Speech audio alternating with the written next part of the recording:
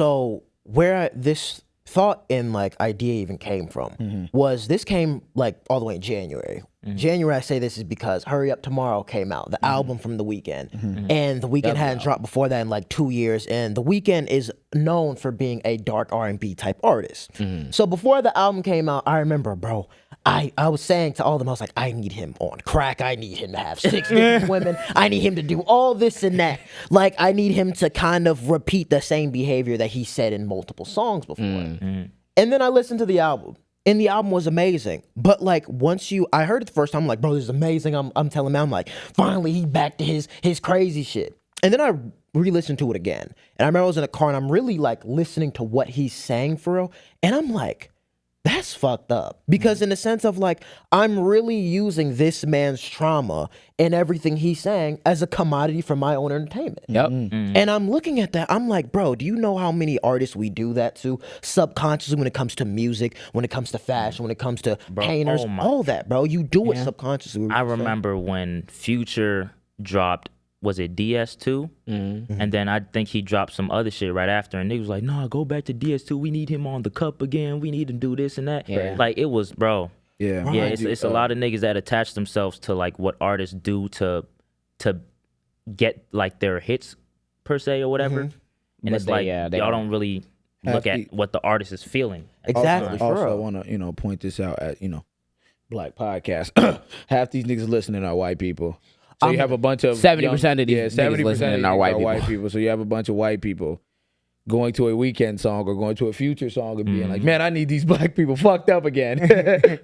No. Literally. I'm going to get into that. But it's the fact that's how of, like, desensitized we are to just like, in general, like understanding that because of, even though like social media is a thing now, understanding the fact that like, hey, these are people with like blood and bones and families and lives. Exactly. Yeah. Because in your mind, they're not. They're commodities. They're commodities. Because it's sometimes hard to see them as real people because you just don't know them. And I think here's the line of where it gets confusing, right? I think the attachment builds up. It's almost like a parasocial relationship kind of built off the attachment you're lacking in a sense of like, so like a song you find really good attachment to, it could be anything. And you're like, oh my God, this song is like amazing. And you connect it with your own personal experiences. That song could be coming from a very dark place from that artist who put that out. That could have been their venting song, all this and that. But like when people put that personal attachment to it, they almost are like, I need you to keep making that type of music. But in actuality, you're asking that person, I need you to be fucked up so you can help my needs and my personal attachment to what you're putting out. Exactly. And when you look at it like that, it's like it's fucked up, and you see how many artists spiral, how many artists go into drugs, woman problem, the same shit. And you want to know how reinforced that is? I was gonna say it's funny timing. I got a notification on my phone like yesterday. They said Mr. Morale came out like 3 years ago yesterday or something like that.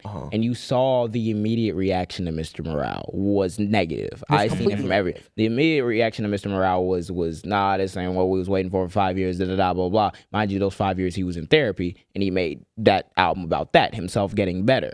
And that is like one of his least performing commercial ones because it's reinforced that you want to hear that like fucked up shit. You want to hear that shit. Yeah, bro. I remember when JJ showed me, because I wasn't really tuned into Kendrick like growing up. He showed me how to Pimp a Butterfly, and I'm listening to what he's saying, and I'm like, this is nuts. I remember on You, and that was kind of like one of my favorite songs in there because it's so like real. He's talking about not only his self-hatred, what he can't do for the community, and just how he's drowning in his misery. And it's the fact that you'll listen to a Mr. Morale and hear how his evolution of therapy, becoming better, becoming a better father, and you like, I don't want to hear that shit. Go back to this.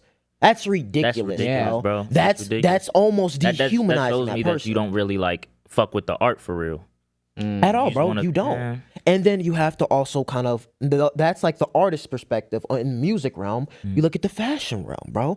Alexander McQueen killed himself because of just depression, anxiety, exhaustion. He was the creative director of not only his own shit, but Givenchy and these brands, bro. The thing about fashion is it's very fast paced.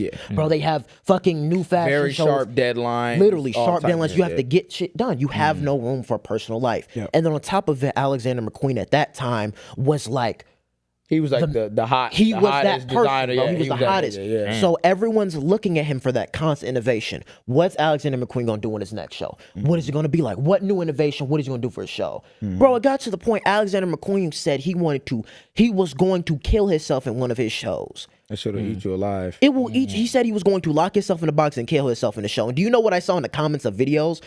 But people were saying that would have been beautiful, a beautiful way to go out. Yeah, A beautiful way way to go Y'all out. are Do you monsters. understand what you're saying, bro? Y'all are This is a monsters. person. You said what? So y'all are monsters. Monsters, Yeah. bro. Because this person's an artist, you think that just because like they fulfill your needs, that they can kill themselves on the show and be like, this will be the best show of all time. What are you talking about? He bro? died That's doing what he fake. loved. That's what Like, happens when No, you make bro, it. that's That's not the what, case. and that kind of like profit incentive. As much as people, and I really try to shake this mentality with a lot of people. But as much as it is cool to say like, oh, I'm gonna get all this money, XYZ, I'm gonna do it myself. That's cool, right? Keep yourself motivated, but also understand that profit incentive leads to shit like that. It makes a mockery of mental health of anybody involved because it makes it so easy because you like this consuming this thing to just be like, yeah, I don't give a fuck what happens to the person underneath it. You gotta watch that. You have And to watch that. That's what a lot of things that goes into even like Andrew Tate and them, like the whole way they process things and the whole way we are taught as young men to process things, I would say in this day and age, is that whole like, okay, pull yourself up, go to the gym, make a bunch of money, But and you end up getting to the point of you're never going to be happy with none of that shit. Let's think about You're it. never going to be only happy. This nigga Andrew Tate the other day was like, oh, you guys are waiting on playing GTA and I'm living my life. You're living my life through the game. My nigga, what are you talking? First of all, nobody talking like about? when niggas get on a game, they don't have you in mind. No First one. of all, First of all, niggas just want to play the game because they want to play the Say, game. was it Bro. 5 stars when they pulled up to his compound? Oh and God, raised it? Oh, Should've been 6 stars. It was definitely five. it Had a was look. 6 stars when he was on that trial. Fucking Romania, And then dumbass I nigga. want to go into how the cycle even happens, right? Mm-hmm. You kind of look at it in how you said corporate greed. I think a big base of it is corporate greed because you look at artists like Ye. Lost his shit. Yeah. You look at Uzi, you look at Future, you look at all Uzi, these people, you look at definitely Uzi, Lucky, all these people doing drugs, all types of shit they shouldn't be doing. It's because they know they need to be that person for us. Yeah. So they can get that profit And they're- incentive. And then when you look at like labels, right? They need them to keep Yep. pushing Keep that out. making Yeah. albums. They need to making keep money, doing that. yeah. They need to keep, hey, talk about this same thing because it's working. Hey, I don't care if you fucked up, do the drug, do what you need to do because it's working. Yeah. And then you look at right wing media. They'll be like, oh, why are you pushing this out to the youth, all this and that? When you're not even looking at the base of the problem with these record labels are forcing, bro, these artists be children, bro. Talk about it. Yeah. What we were 25. talking about before, like a few episodes ago, about Sexy Red. That's that thing where it's like it's very easy to on a surface level be like, hey, this artist is saying this thing, and this is the whole reason why the black community can't get right. As opposed to the fact that like Sexy Red, there are people who just like Sexy Red, cool. There's also people who don't hear Sexy Red, don't really listen to her, but you know she comes on and everything. And there's like her label that is trying to push that because there's a subsect of people who just want to hear that music happen. So what the fuck do you think she's gonna do in that situation? She's gonna keep going. There's so many other like incentive structures that lead into it that it's too simplified of a conversation to be like this artist is the problem. No, we live in a society that will dehumanize you while still taking your fucking work for whatever, regardless of the impact of it. And there's not, I'm sorry, I want to add this real quick, and there's not enough spaces for people to actually like address vent it. and- To vent, to address it, to talk about mental health. There's not enough spaces for people to actually do that, especially young men. And it's like, especially when you have dumbass niggas like an Andrew Tate, like you know what I mean? They continue to almost make it seem like it's void and null and void. You don't need to talk about those things. You don't need to do those things. And then you have an Alexander McQueen situation. They don't talk about the fact that damn he died, or damn how did he die? Damn he didn't talk about that. No, they say, well, man, he was great, man. He was great. Kanye, And then- I'm sorry. No, you if go. Kanye died tomorrow, they wouldn't be like fucking. They wouldn't start talking and go in depth about all of the mental shit he went through. All that. No, they'd be like, damn, that nigga may graduate. He died, though. And his for life sure. is over. And his life is over. The people and you that don't he's realize affected it. in his life, his mom, his grandma, his everything, they can't see that nigga no more. You know what I mean? Even though his mom's dead. But they can't see that. And no more. I It's think the best innovation and the best things that we relate to come from pain. Yeah. And you see it all the time. But I think the problem is, and this is how it kind of goes to like mental health, you see artists pushing out that pain and we're absorbing it and almost will kind of damn near apply it to our lives of how we cope with certain things. Yeah. You listen to other people, how you have to cope with certain negative things that isn't like positive for your life at all. And I think what I really want to get out to like not only just the youth, but people who are going through shit and they're consuming a lot of media that probably isn't good that you should be hearing.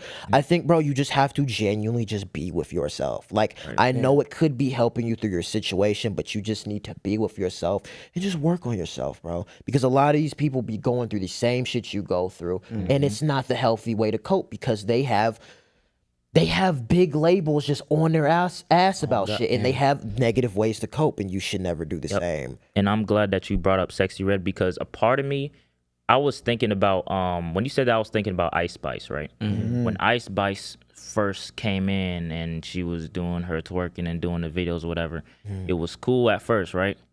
And I feel like a part of me, a part of her, I feel like she really wants to be a rapper. Yeah. But a lot of these niggas just focus on her ass the entire time. Yeah, so I feel like what she did was, correct me if I'm wrong, Ice Spice, if you watching the jam, you feel me? But it's like, I feel as if she lost weight and did all of that shit on purpose to get niggas off of her ass type shit. Yeah, I think Ice Spice, I don't know, but I can't speak to like her exact mental state, but I definitely think it affected her to the point of like almost a negative because she lost a lot of weight. Like she got really, really skinny. Now, granted, right, if that's what you want to do, that's cool. Like I said, I can't speak for everything, but I think the over-sexualization of her, yes, it's one thing to start that way. It's like a Kai Cenat, right? It's one thing to start like jumping on fucking desk and doing that shit. Oh, it's cool. All right, now what happens exactly? What happens when you're 3 years into that shit? You don't want to do that shit. Ice Spice probably doesn't want to just be known as this rapper who sucks with a fat ass,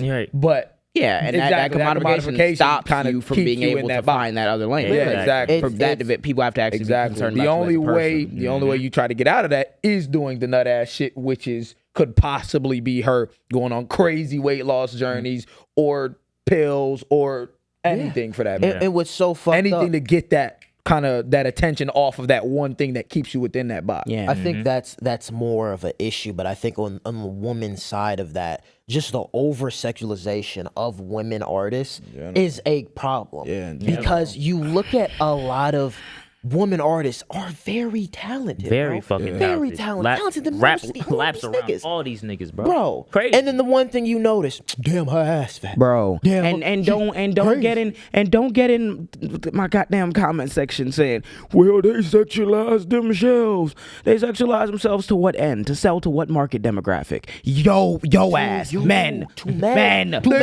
Y'all will get mad at every single OnlyFans model on the planet, not realizing that OnlyFans model wouldn't exist if yo thirsty ass wasn't buying OnlyFans. Jesus Christ, we made the system. You are the problem. You're the method. Yes, you're the method. You're getting hustled. You're getting rolled. Goddamn, You niggas want to the be same different women so that you bad. buying the shit from. Literally, you trying to that red pill shit. It's genuinely, bro. It's become a trend to bash these women. It's such a trend to bash these women. It is, and it's like y'all niggas be the same niggas buying the OnlyFans. For one, That's Sophie Rand and you're one buying more it. step. Literally, think one more step further. Be like, hey, if I really want to have a society in which women aren't out here being OnlyFans models, hey, maybe if we did like a universal basic income thing where you could live on like a band or two a month or something, just like stimulus or something, then it would make it more likely that you could have something under you to go find a different job path besides OnlyFans. Or maybe if there was more. But you don't even fucking support that, do you? And here's what a lot of men do that they don't really realize they do it. They almost subconsciously make that hierarchy through their speech. In the sense of, I just saw Aiden Ross talk about Doechii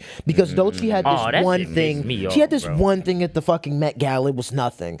But we're gonna get into that. We'll get into that. Aiden Ross was like, oh my God, like I hate this bitch. Like, oh, she's just unintelligent. She's like the most unintelligent, arrogant. But you don't know. I can hear the. Get the quote. And you know what's it's a perfect This segue. is a perfect segue. Because literally you said all that, but then again, you got on an interview with DDG and said he's a great father and all this and that. But since Doechii did all that, Oh my she's God. that, bro. But going on to this, Let's not forget